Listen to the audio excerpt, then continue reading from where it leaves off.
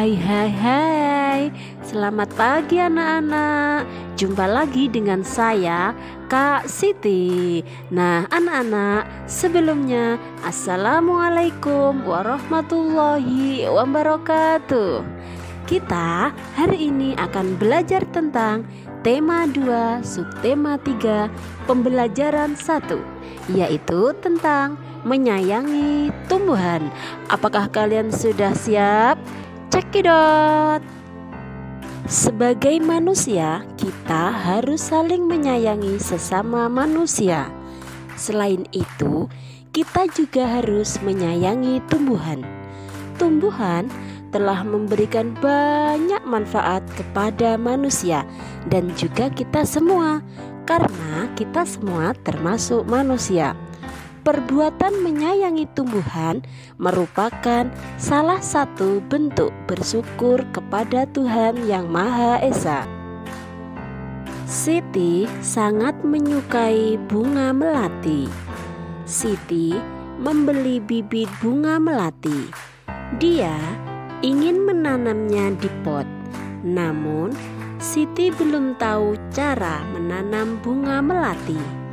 Siti ingin mencari informasi terkait menanam bunga melati yang benar.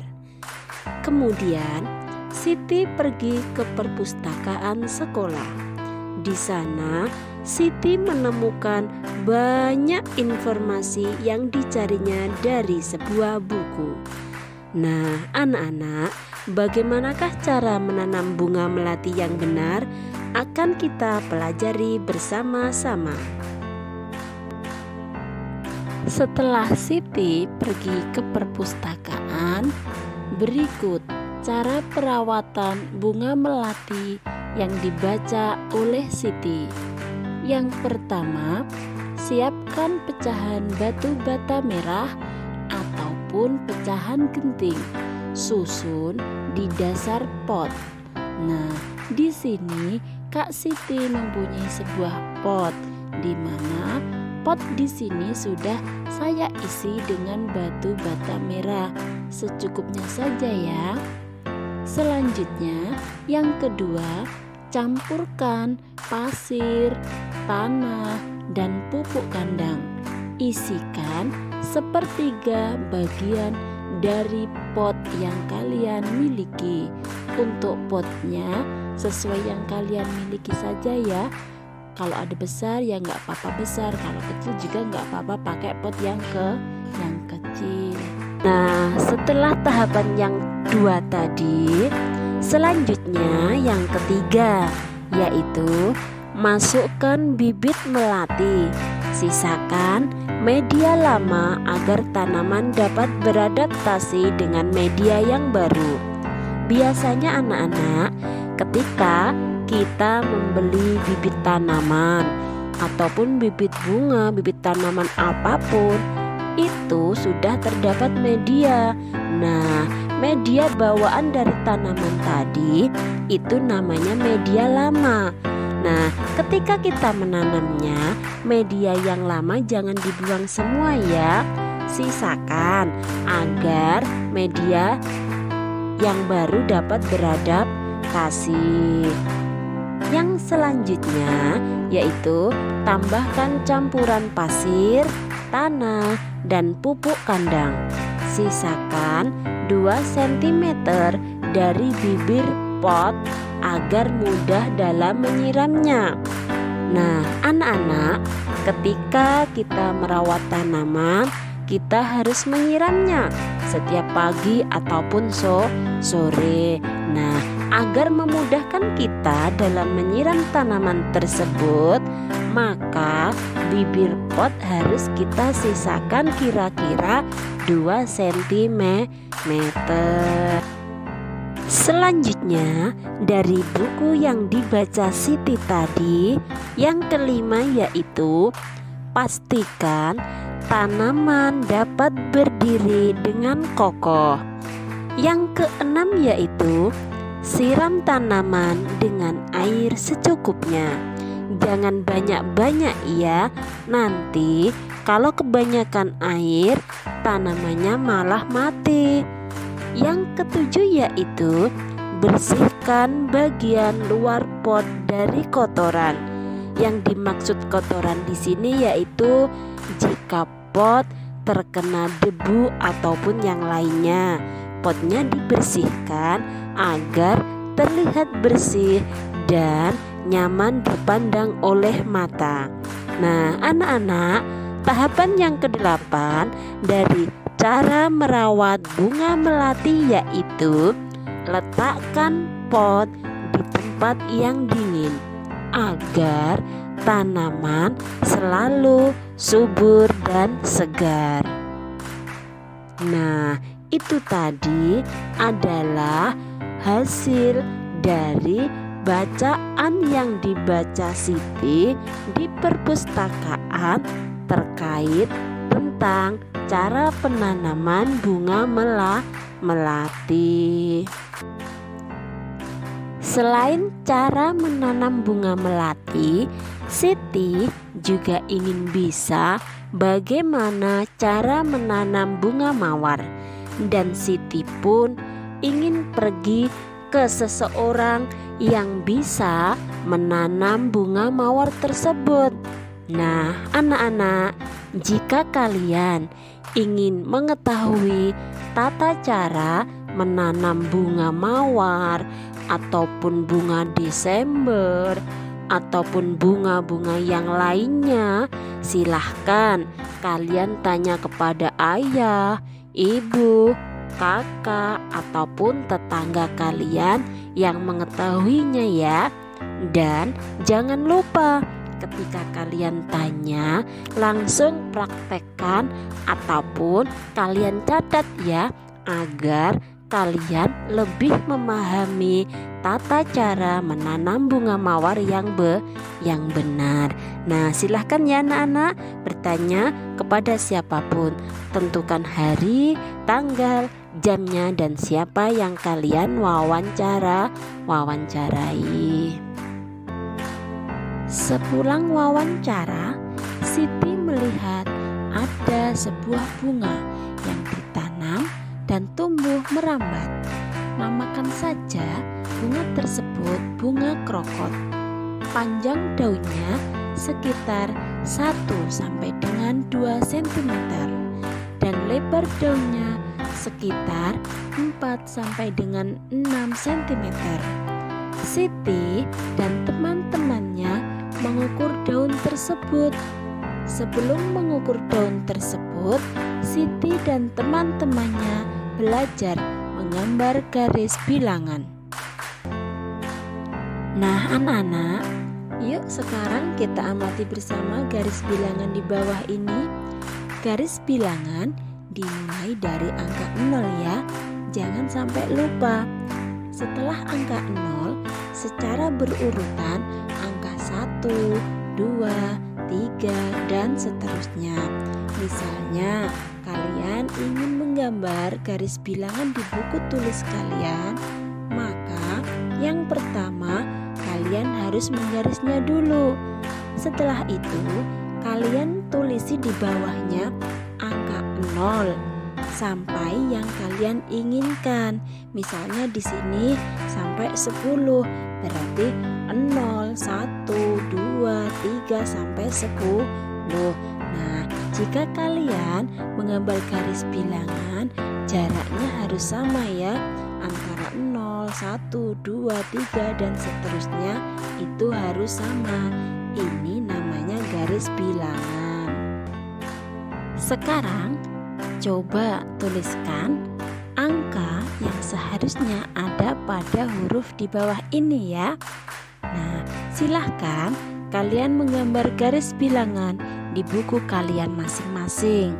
Nah, di sini ini ada garis bilangan di mana dalam garis bilangan ini terdapat angka dan huruf. Nah, anak-anak, di sini ada angka 0. Setelah 0, di sini ada huruf S ya. Setelah huruf S, di sini ada angka 2.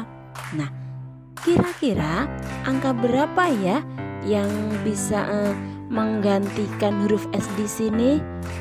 angka berapa? Angka 1. Ya, di sini ada angka 1. Nah, setelah angka 1 ada 2. Setelah 2 ada L. L di sini L kecil ya, anak-anak. Ya, ini L kecil. Nah, setelah L kecil ada angka 4. Nah, kira-kira habis angka 2 ini angka berapa? Yang tepat yang dapat menggantikan L di sini. Angka berapa? 3. Ya, angka 3. Nah, setelah angka 3 ada angka 4. Setelah angka 4 ada huruf R. Huruf R di sini seharusnya angka berapa? Sehabis 4 itu angka berapa? 5. Ya, angka 5. Setelah angka 5 ada angka 6, 7 dan ada huruf I. Kira-kira setelah angka 7 huruf I ini angka berapa? Di huruf I ini angka berapa? Angka 8. Setelah 8 ada angka 9. Nah, sehabis angka 9 ini ada huruf H. Seharusnya kira-kira ini huruf angka berapa ya, anak-anak? Angka 10 ya. Nah, anak-anak, ini tadi yang namanya garis bilangan. Setelah ini silahkan ya kalian kerjakan. Di buku paket itu terdapat banyak sekali penjumlahan bilangan. Nanti di sini akan Ibu kasih satu contohnya ya. Sekarang kita akan belajar tentang penjumlahan garis bilangan. Nah, seperti ini pertanyaannya. Bunga yang baru ditanam berada di posisi A pada angka 0. Setelah beberapa waktu yang panjang, bunga berada di posisi angka B, yaitu angka 2.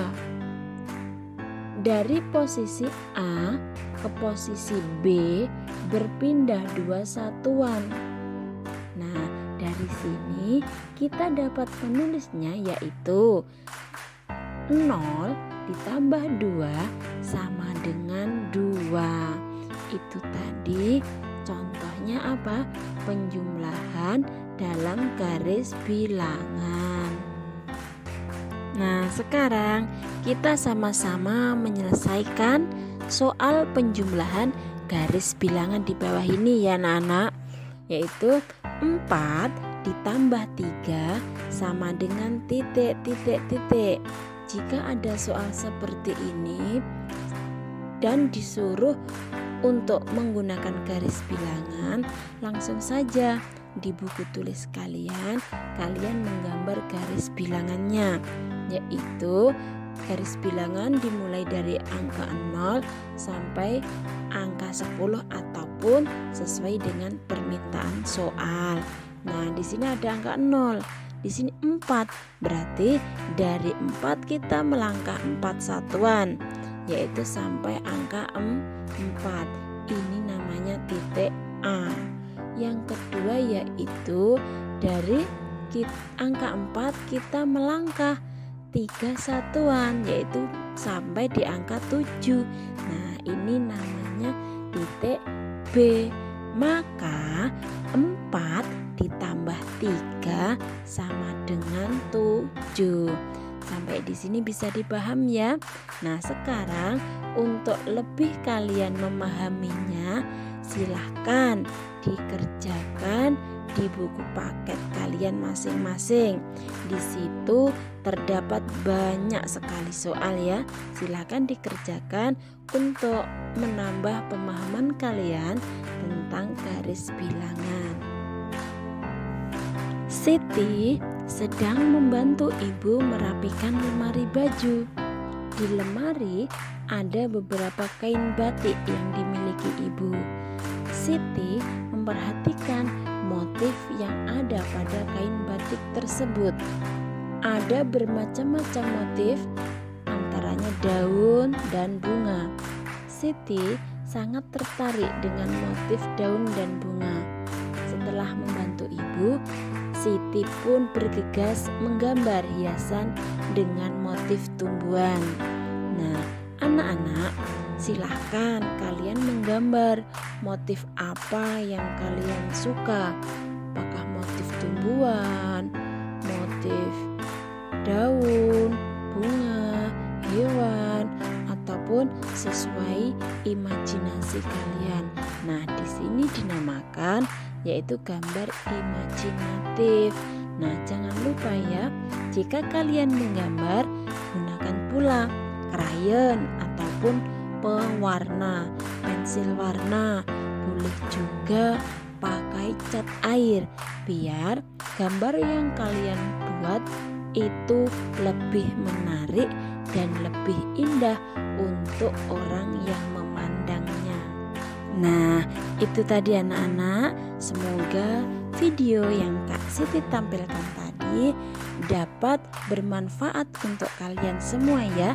Dan jangan lupa like, komen, dan subscribe-nya untuk channel YouTube Gugus Dua Juruk agar kakak-kakak yang ada di Gugus Dua Juruk bersemangat membuat konten-konten yang lainnya dan dapat membantu belajar kalian ya. Oke, akhiru kata, wassalamualaikum warahmatullahi wabarakatuh. See you.